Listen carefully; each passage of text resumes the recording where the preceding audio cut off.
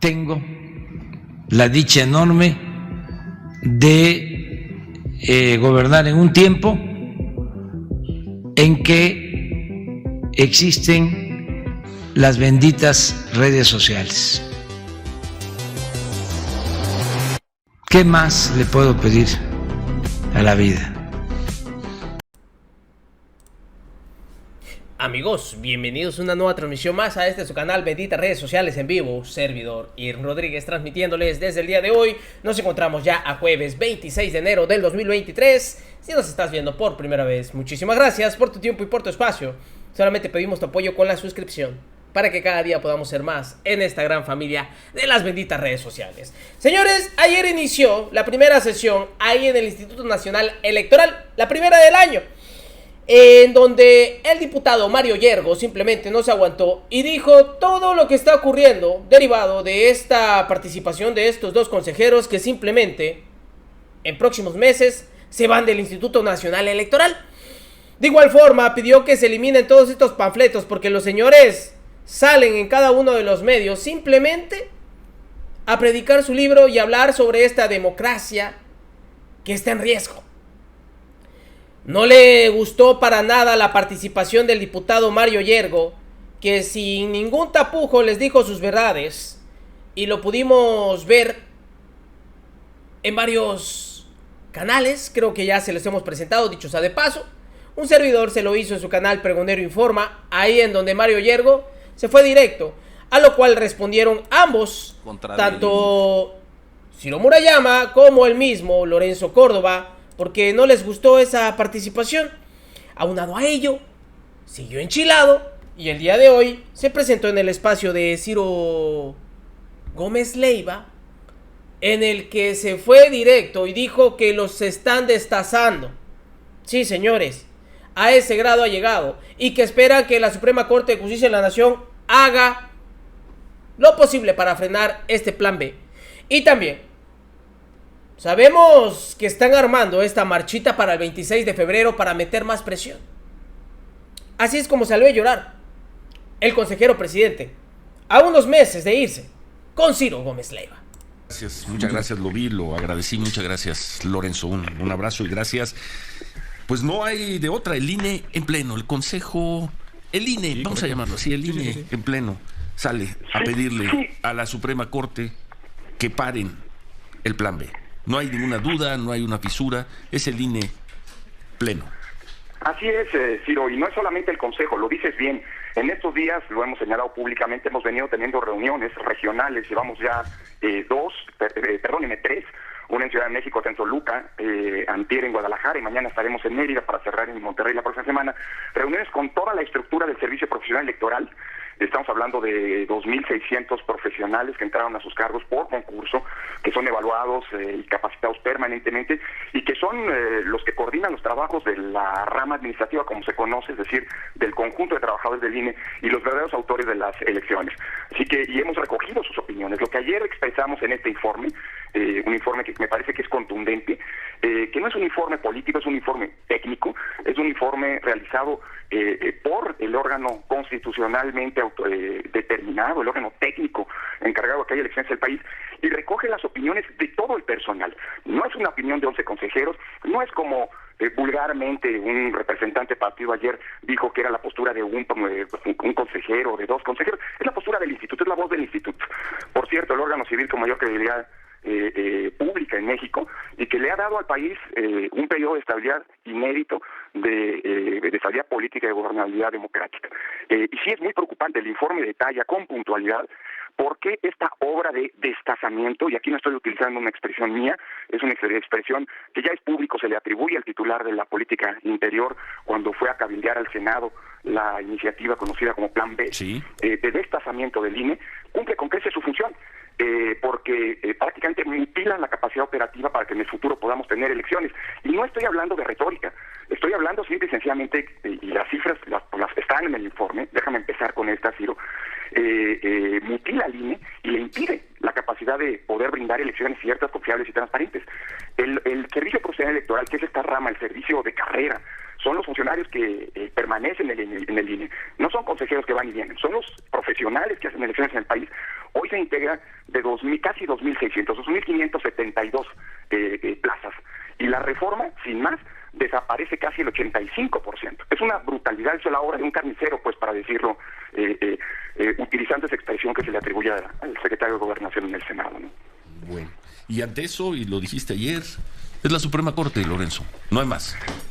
Pues sí, las cortes, los tribunales constitucionales en las democracias constitucionales están llamados a ser, Ciro, pues los guardianes de la Constitución y del orden democrático, los últimos guardianes, la última línea de defensa. Y lamentablemente, una mayoría que actuó sin ningún reparo, sin ningún ánimo de hacer política en el mejor de los sentidos, es decir, escuchar al que tiene enfrente, y que avasalló con su mayoría, legítima sin duda, pero que actuó de una manera, me parece, muy irresponsable, porque creó un problema en donde no lo había. Pues ahora tendrá que ser acotada por la Suprema Corte de Justicia, a la que sin duda recurriremos. Ayer los 11 consejeros coincidieron en que el secretario ejecutivo, que es el representante legal del instituto, presente y acuda a todos en las instancias judiciales, presente todos los recursos jurídicos a nuestro alcance para salvar a la democracia frente a este atropello. Fíjate que ayer fue una cosa muy curiosa, porque algunos representantes del partido, algunos diputados que votaron a favor de la reforma, demostraron lo que ustedes dieron a conocer en diciembre pasado, si ustedes los medios de comunicación, que por las prisas de aprobar este plan B, en la Cámara de Diputados en menos de 3 horas se presentó el dictamen y se aprobó por el Pleno. Es decir, nadie en su capacidad podría haber leído esa reforma, y ayer se demostró. Por ejemplo, el representante de Morena ayer decía que no se desaparecían las juntas distritales. Bueno, las juntas distritales son órganos colegiados, no son órganos unipersonales, y claro que la reforma los desaparece, lo cual evidencia justamente pues, que lo que estaba detrás no era una operación planeada, pensada, razonada, sino, insisto, esa obra destructiva en lo que se ha constituido el plan B, ¿no? Y por eso tendremos que ir a la Corte, ¿no? Bueno, los tiempos, Lorenzo. Sí. Los tiempos, ¿qué es lo que está vigente en este momento para las elecciones de Coahuila y del Estado de México? Hoy están vigentes las leyes del plan B.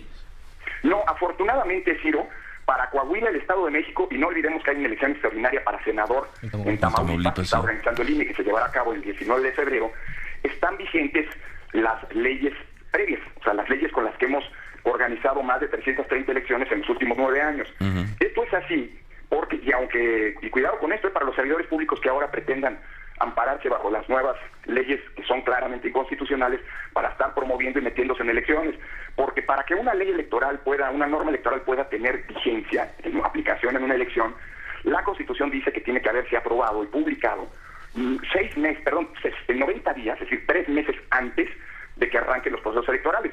Y los que mencionas, Coahuila y el Estado de México, arrancaron en enero, la primera semana de enero. Entonces, en esos estados vamos con las leyes anteriores.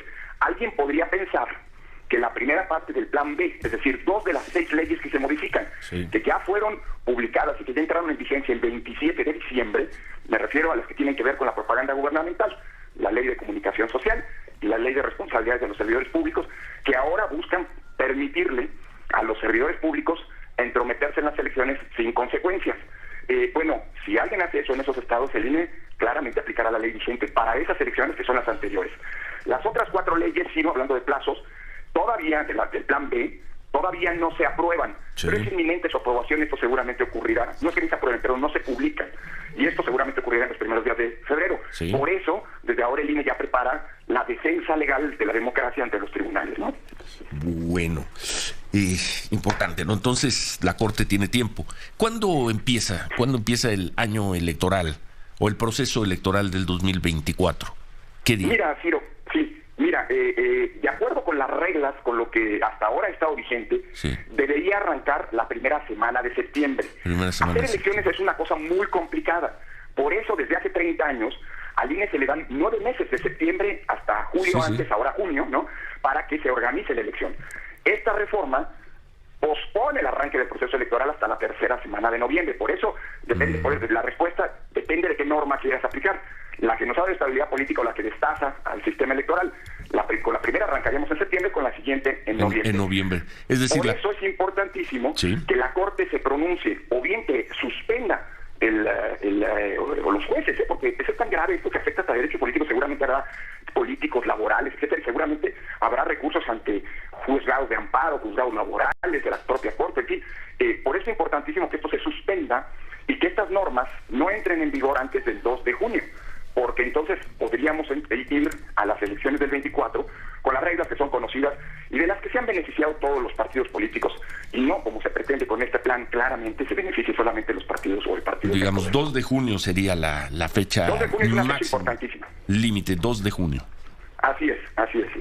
Que además creo que va a coincidir, por esos días serán las elecciones de Coahuila y el Estado de México, nada más para no perder la fecha. 2 de junio sería el límite para que el Poder Judicial resolviera y lo que pide el INE, suspendiera, echar abajo estas leyes. En su caso, tenga en suspenso las nuevas leyes, porque entonces, porque puede tardar mucho más. Ya es tan mal hecho el trabajo que no se consultó a los técnicos. O sea, vuelvo a insistir en el punto con el que arrancábamos, los que hacen elecciones te dicen, es que así no se puede, y no estoy hablando de los consejeros, te estoy hablando de los operadores, de los vocales que operan en los distritos. Y consecuentemente, pues aquí lo que tenemos que hacer es, como sociedad, impedir que estas leyes estén vigentes y aplicables a la fecha esta que mencionábamos, ¿no? El 2 de junio. Porque así garantizaríamos las condiciones de equidad, de certeza, de transparencia, que pues, nos han permitido tener elecciones como las que hemos tenido en los últimos 9 años, sin conflictos postelectorales.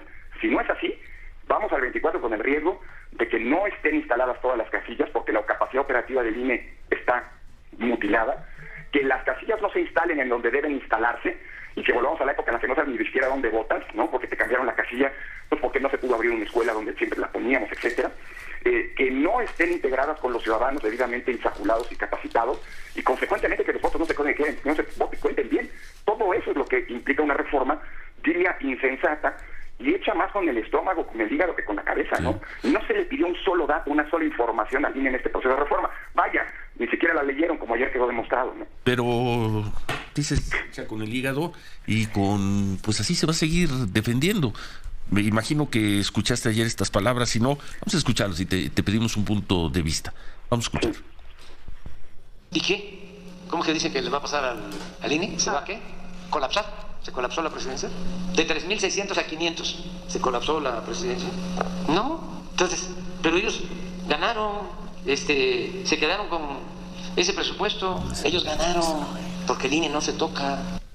Y luego dijo que lo único que quieren defender son sus sueldos. Ese es el discurso desde Presidencia de la República, y ya vimos que ese discurso determina los votos de todos, salvo 1 o 2 de los senadores, diputados de Morena y sus aliados. Eso es lo que van a enfrentar y van a seguir enfrentando. Ya ganaron con su INE, no se toca, lo único que están defendiendo son sus privilegios, Lorenzo.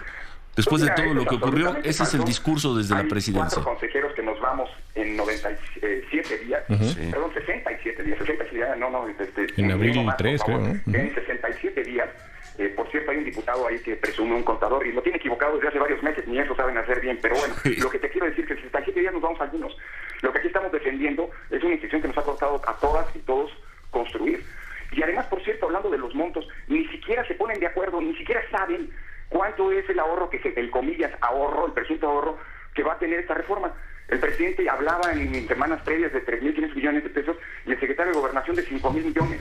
Ni eso han calculado, porque yo creo que lo que está detrás, este discurso del ahorro y de los precios, es la mera narrativa para ocultar lo que es la verdadera intención de esta reforma. Vuelvo a insistir, lo que se le atribuye al titular de la política interior, dicho en el Senado, destazar al INE. Lo que se está queriendo construir es que las elecciones del 24 sean un problema. ¿Para qué? Pues probablemente para lucrar de ello. Porque si algo no hemos tenido en México en los últimos 9 años al menos, litigio hay, sin duda, pero todos los litigios y las controversias se han resuelto por los cauces institucionales. No ha habido una sola sentencia emitida por los tribunales electorales que no se haya cumplido. O sea que, más allá de la intensidad de la disputa política, el sistema funciona para procesarla. Pues ya vieron, así expresó su dolor del día de ayer, en el que dice que se quiere destazar al INE y que con las reglas actuales jamás tuvieron ningún problema.